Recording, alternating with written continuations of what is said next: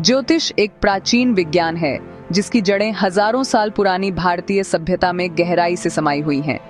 यह विज्ञान ग्रहों और सितारों की चाल से जीवन के रहस्यों को समझने में मदद करता है और हमारे अस्तित्व को ब्रह्मांड से जोड़ता है। हमारे पूर्वजों ने इसे केवल भविष्य जानने का साधन नहीं, बल्कि जीवन के हर पहलू में मार्गदर्शक और सलाहकार के रूप में अपनाया है। यह सिर्फ भविष्यवाणी तक सीमित नहीं, बल्कि जीवन के बड़े पैटर्न्स और हमारे कर्मों के प्रभाव को समझने का तरीका है। भारत की संस्कृति में जन्म से लेकर विवाह, गृह प्रवेश और नए कार्यों की शुरुआत तक हर शुभ अवसर पर ज्योतिषीय सलाह ली जाती है। ये परंपरा आज भी उतनी ही प्रासंगिक है।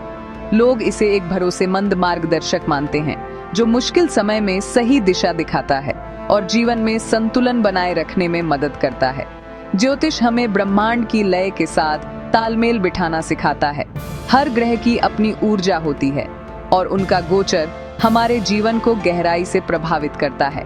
यह ज्ञान हमें बताता है कि कब आगे बढ़ना है, कब रुकना है, कब धैर्य रखना है और कब अपने प्रयासों को और मजबूत करना है।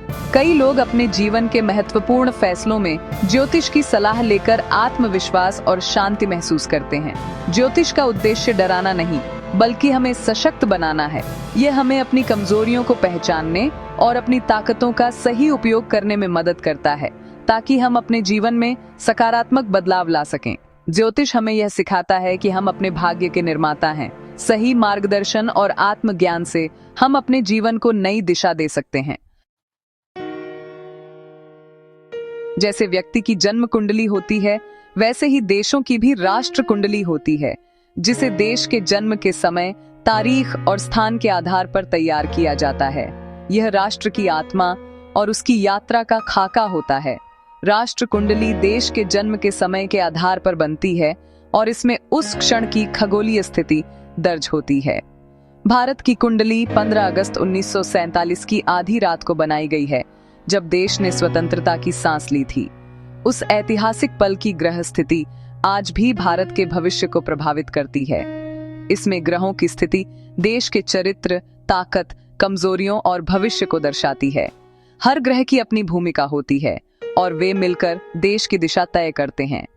हर ग्रह देश के किसी क्षेत्र का प्रतिनिधित्व करता है, जैसे सूर्य, चंद्रमा, मंगल, बुध, बृहस्पति, शनि आदि।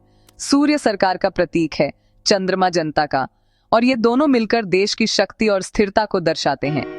मंगल सेना और सुरक्षा का, बुध व्यापार और संवाद का, बृहस्पति समृद्धि, शिक्षा और न्याय का प्रतिनिधित्व करता है, और शनि अनुशासन, कानून और व्यवस्था का प्रतीक है, जो देश को संतुलित और मजबूत बनाता है।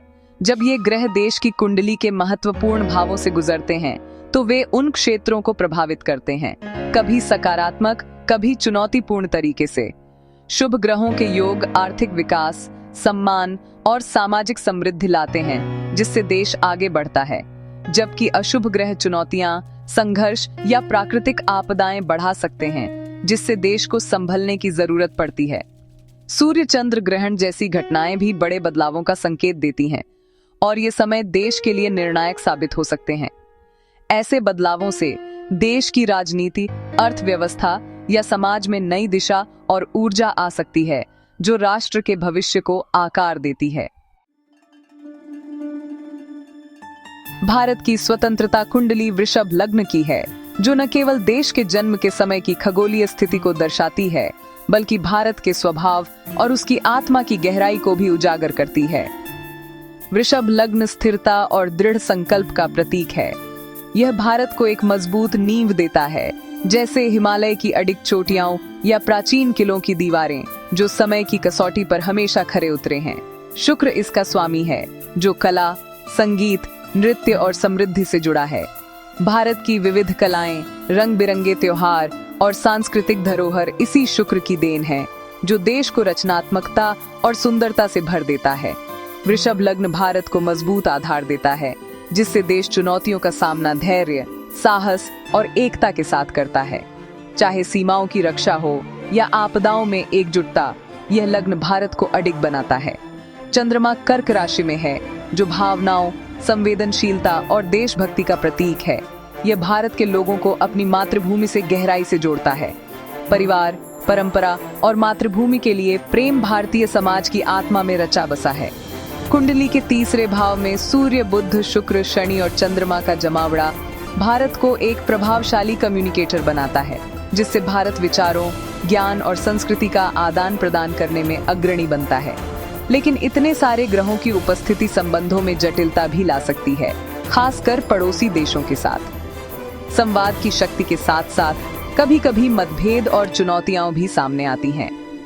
राहु वृषभ लग्न में स्थित है, जो भारत को नवाचार, तकनीकी प्रगति और आधुनिकता की ओर ले जाता है। यह देश को नए विचारों और प्रयोगों के लिए प्रेरित करता है, लेकिन राहु की उपस्थिति कभी कभी भ्रम, अनिश्चितता और असमंजस भी पैदा कर सकती है, जिससे देश को सही दिशा चुनने में चुनौतियों का सामना करना पड़ता है। भारत को अपनी जड़ों, परंपराओं और सांस्कृतिक विरासत से जुड़े रहकर ही सच्ची सफलता और स्थिरता मिलेगी। यही उसकी असली ताकत है। चाहे राहु के कारण कितने भी उतार चढ़ाव आएं, भारत की आत्मा और एकता उसे हर चुनौती से पार पाने की शक्ति देती है। 2025 से 2035 तक भारत के लिए कई महत्वपूर्ण ज्योतिषीय घटनाएं होंगी। सबसे प्रमुख है शनि का मीन राशि में गोचर, जो आर्थिक सुधारों और अनुशासन को बढ़ावा देगा। बृहस्पति का गोचर शिक्षा, कानून और आध्यात्मिकता में प्रगति लाएगा, जिससे भारत को वैश्विक पहचान मिलेगी। राहु केतु के गोचर से सामाजिक और राजनीतिक स्तर पर अप्रत्याशित बदलाव आएंगे। राहु तकनीक और वैश्विक एकीकरण, केतु आध्यात्मिकता की ओर ले जाएगा। शनि और बृहस्पति की महायुति 2030 के आसपास एक नए युग की शुरुआत का संकेत देगी, जिससे भारत की आर्थिक और सामाजिक संरचना बदल सकती है। ये समय पुराने ढांचों के टूटने और नए सिस्टम के निर्माण का होगा। भारत के लिए यह एक सुनहरा अवसर होगा, खुद को वैश्विक मंच पर अग्रणी शक्ति के रूप में स्थापित करने का। अगले दशक में शनि का मीन राशि में गोचर भारत की अर्थव्यवस्था को अनुशासन और स्थिरता देगा, जिससे आर्थिक सुधार और विदेशी निवेश को बढ़ावा मिलेगा। बृहस्पति का गोचर धन और समृद्धि के नए द्वार खोलेगा। बैंकिंग, शेयर बाजार और रियल एस्टेट में उछाल आ सकता है। यह समय छोटे व्यवसायों और स्टार्टअप्स के लिए भी शुभ रहेगा, खासकर टेक्नोलॉजी और ग्रीन एनर्जी में। राहु का प्रभाव भारत को डिजिटल अर्थव्यवस्था की ओर तेजी से ले जाएगा। फिनटेक, ई कॉमर्स और एआई में भारत अग्रणी बन सकता है। राहु के कारण बाजार में उतार चढ़ाव संभव हैं, इसलिए सतर्क रहना जरूरी है। कुल मिलाकर शनि, बृहस्पति और राहु का समन्वय भारत को आर्थिक महाशक्ति बनने की दिशा में ले जाएगा, जिससे समृद्ध समाज के हर वर्ग तक पहुंचेगी। ज्ञान और प्रौद्योगिकी के क्षेत्र में भारत अगले दशक में बड़ी क्रांति के लिए तैयार है। बृहस्पति शिक्षा में सकारात्मक बदलाव लाएगा, जिससे शिक्षा प्रणाली अधिक स्किल बेस्ड और प्रैक्टिकल बनेगी। प्राचीन भारतीय ज्ञान और आधुनिक विज्ञान का मेल एक अनूठा मॉडल तैयार करेगा। बुध और राहु के प्रभाव से भारत सॉफ्टवेयर, टेलीकम्युनिकेशन, एआई और बायोटेक्नोलॉजी में नई ऊंचाइयां छुएगा। डिजिटल इंडिया का सपना साकार होगा। इंटरनेट और डिजिटल सेवाएं देश के कोने कोने तक पहुंचेंगी, जिससे गवर्नेंस में ट्रांसपेरेंसी आएगी।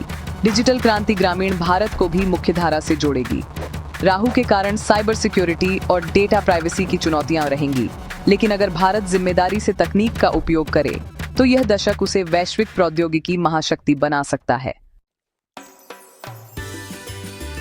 अगले दशक में शनि का गोचर सामाजिक सुधारों को गति देगा।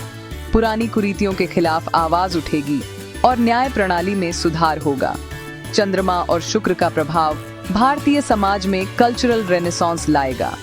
कला, संगीत, साहित्य और सॉफ्ट पावर को बढ़ावा मिलेगा।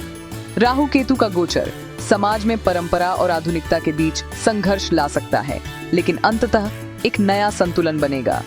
बृहस्पति का शुभ प्रभाव सद्भाव और आपसी समझ को बढ़ाएगा। महिला सशक्तिकरण और युवा भागीदारी समाज की प्रगति में अहम भूमिका निभाएगी। विविधता में एकता भारत की ताकत बनेगी। यह दशक भारत को सामाजिक रूप से अधिक समावेशी और सामंजस्यपूर्ण बनाएगा। ज्योतिषीय संकेत बताते हैं कि भारत का वैश्विक कद अगले दशक में तेजी से बढ़ेगा। बृहस्पति विदेश नीति को नई दिशा देगा, जिससे भारत एक शांति दूत और मध्यस्थ के रूप में उभरेगा। सूर्य के शुभ गोचर से भारत एक ग्लोबल लीडर बनेगा। क्लाइमेट चेंज, टेररिज्म और इनइक्वालिटी जैसी चुनौतियों पर नई दृष्टि देगा। भारत की सॉफ्ट पावर, योग, आयुर्वेद, स्पिरिचुअलिटी दुनिया को आकर्षित करेगी। शनि भारत को डिफेंस में सेल्फ रिलायंट बनाएगा, जबकि मंगल सेना को और शक्तिशाली बनाएगा। लेकिन भारत अपनी ताकत का उपयोग शांति के लिए करेगा। राहु भारत को ग्लोबल सप्लाई चेन्स में महत्वपूर्ण भूमिका दिलाएगा। भारत पूर्व और पश्चिम के बीच एक ब्रिज बनेगा, जो पूरी मानवता के कल्याण के लिए काम करेगा। सितारे मार्गदर्शन देते हैं, लेकिन भविष्य हमारे कर्मों और सामूहिक इच्छा शक्ति से बनता है। भारत के लिए आने वाला दशक संभावनाओं से भरा है, मगर मेहनत जरूरी है। भारत की सबसे बड़ी ताकत उसकी एकता है। सामाजिक सद्भाव और राष्ट्रीय एकता प्रगति की कुंजी होगी। विविधता को ताकत बनाकर एक इंक्लूसिव सोसाइटी का निर्माण करना होगा। केतु का प्रभाव याद दिलाएगा कि सच्ची खुशी आंतरिक संतुलन से आती है। योग, ध्यान और प्राचीन ज्ञान को अपनाना जरूरी है। यह आध्यात्मिक जागृति राष्ट्र के चरित्र को ऊंचा उठाएगी। अगर हम एकता, मेहनत और सकारात्मक सोच के साथ आगे बढ़ें, तो भारत का भविष्य उज्जवल है। हम सब मिलकर इसे साकार करेंगे।